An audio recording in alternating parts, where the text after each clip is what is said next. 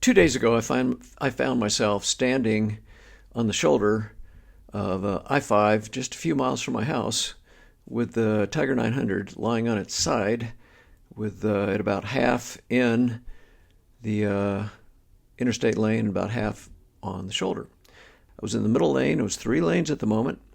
I was very lucky nobody was behind me, or I probably would not be here to tell the tale. So when the bike rapidly started decelerating, I tried to pull over to the shoulder. And I got almost to the shoulder, and as I would normally do, I would kind of pull slowly under the shoulder, anticipating some loose gravel or something on it. But as soon as I got to, a very slow speed, probably a mile an hour or something, there was a sudden jolt, and at this point, the wheels quit turning completely. And since I had the wheel turned a little bit to the right, and I was leaning slightly to get onto the shoulder, immediate tip over. And so there I was.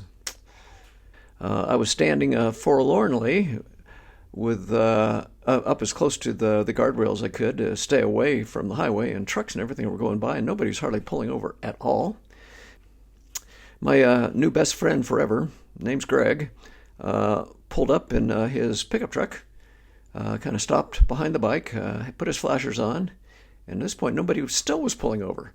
And, where's the highway patrol when you need him to try to slow traffic down a little bit and make him pull over a lane? But at any rate, he came over there, and I had not tried to lift the bike.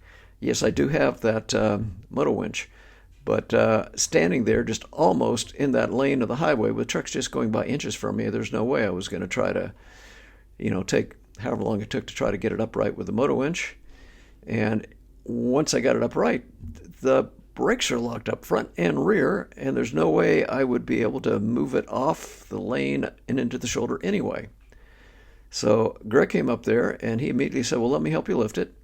And he did, and between the two of us, mostly him, strong guy, got the bike upright and realized, the brakes are totally locked up. And while I balanced the bike, lifted up the back wheel and kind of slid it over as far as he could. Then while I balanced the bike again, he lifted up the front wheel, and we kept sliding it over until we got it fairly well off the highway. And so there it was. And I'll take up the rest of the story as we move a little further into this. I'll start right now by actually showing what happened.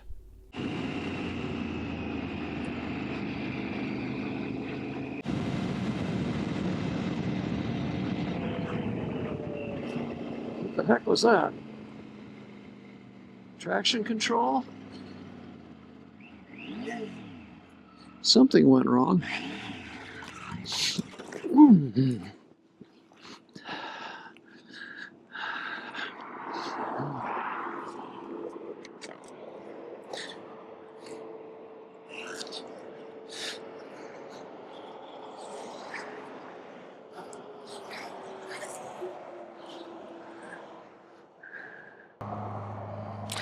It's rolling, but it still doesn't feel right. Turn it off and turn it back on.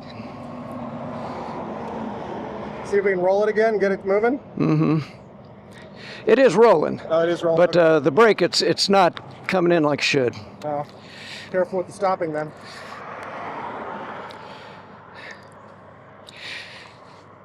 That just gives you a lovely warm feeling. You could do that again. Yeah. It's the whole, you just don't trust your bike anymore. Yeah. Now I'll make sure I can put the side stand up. You want to just kind of move a little bit? Yeah. I think. Feeling tight? No, well, yeah, the front brake does a little, but still. Yeah. So at this point, Greg and I have been trying to diagnose what may be causing the brakes to be locked up. And Triumph, as complicated as it is, we thought it could have been something to do with its, various safety systems and such. So we had taken out the ABS fuse. We had actually disconnected the battery just to try to reset things and hooked it back up. And at this point, we're not sure why, but the brakes have freed up. The bike is rolling again. And so I figured, what the heck, I'll try riding it up to the next exit, and if I can make it that far, I can take the frontage road back and then do diagnosing later. So that's where we are right at this moment.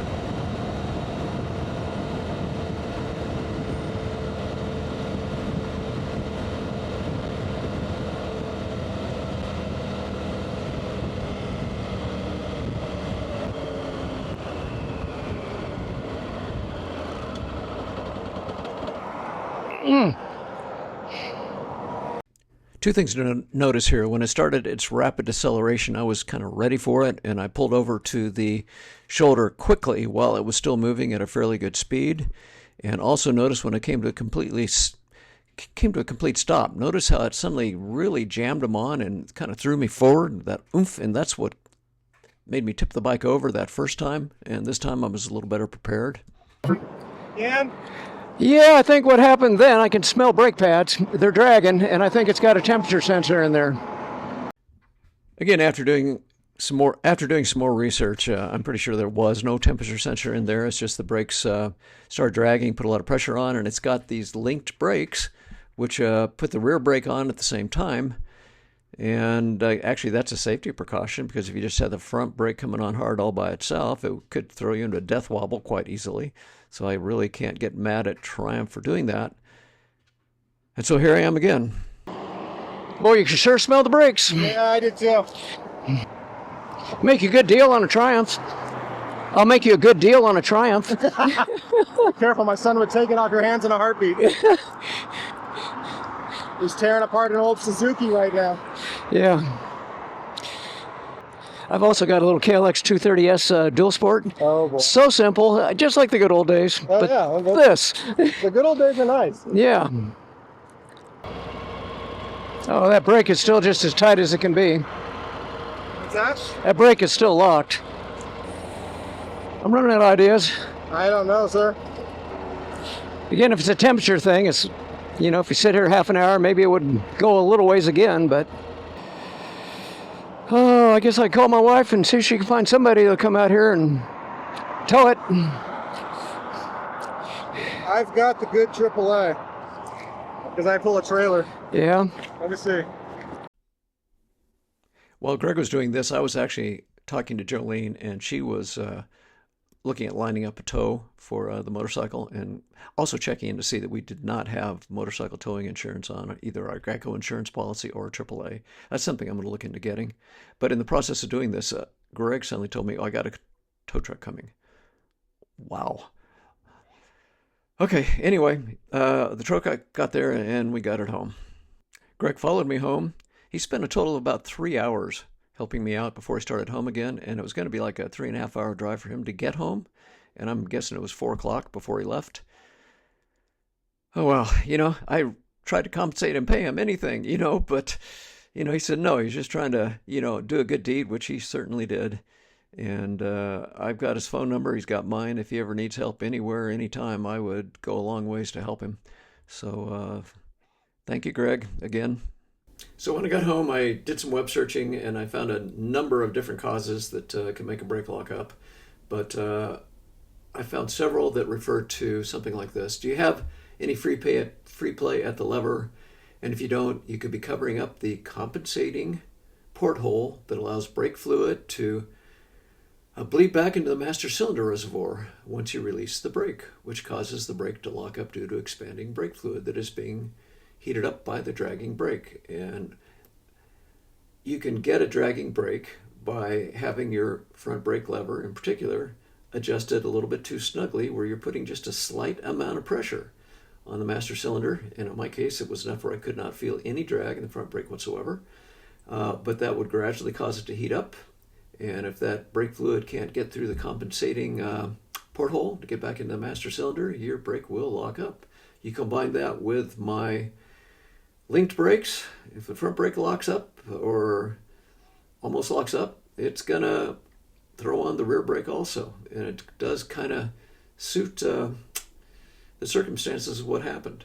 So the next day, I put the old brake lever back on, the original Triumph brake lever, adjusted it identically the way it had been for the 2.5 years I've been riding the bike. And I took a short ride up WA Bar towards Gumboot Lake at lower speeds. I did hit 60 briefly at one point. No problems whatsoever. I'm still a little bit leery about getting onto the interstate. I'm going to have to do that at some point. But if I do and it does that same thing, at least I am kind of checked out on how to quickly get over to the shoulder and expect that lurch at the end so I don't tip the bike over. And I'm realizing that you give it 20 or 30 minutes and it cools down enough, or maybe an hour, I'm not sure how long, but anyway, it cools down enough to where the brakes are going to release. and I could get Jolene out with a pickup truck and the ramps, and at that point I could start it up, put it in first gear, and run it up the ramps and get it home that way without doing a tow. On the other hand, I'm also going to look into what it would cost to get towing insurance for a motorcycle. Never had that happen before. That's the first time ever I've had a motorcycle towed, and the first time ever I haven't been able to, in effect, do a self-repair rescue to get a motorcycle back home. I've never had a motorcycle quite as complicated as this time before either. So that's it for today.